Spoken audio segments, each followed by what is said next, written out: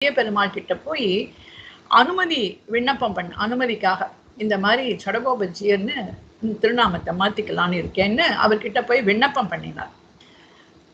இவருக்கு சடகோபஜியர்னு திருநாமத்தை மாத்திக்கணும் விண்ணப்பம் பண்ணின உடனே பெரிய பெருமாள் அதுக்கு அனுமதி அளிக்கல.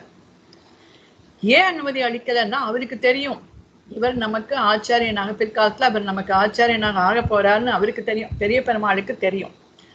அப்படி ஆனார்னா இவர் சடகோபஜியர்னு திருநாமத்தை வச்சுட்டு இருந்தாருன்னா நமக்கு அழகிய மணவாளன்னு தானே திருநாமம் இருக்கு, நம்ம இந்த ஆச்சாரியனோட திருநாமத்தை நமக்கு வைக்க முடியாமல் போயிடுமே, அந்த வாய்ப்பு போயிடுமே அப்படிங்கிறதுக்காக அவர்கிட்ட என்ன நியமனம் பண்ணினார்னா நீ அழகிய மணவாள முனிங்கிற திருநாமத்தோடையே இரும் அப்படின்னு அவர் நியமனம் பண்ணிட்டார்.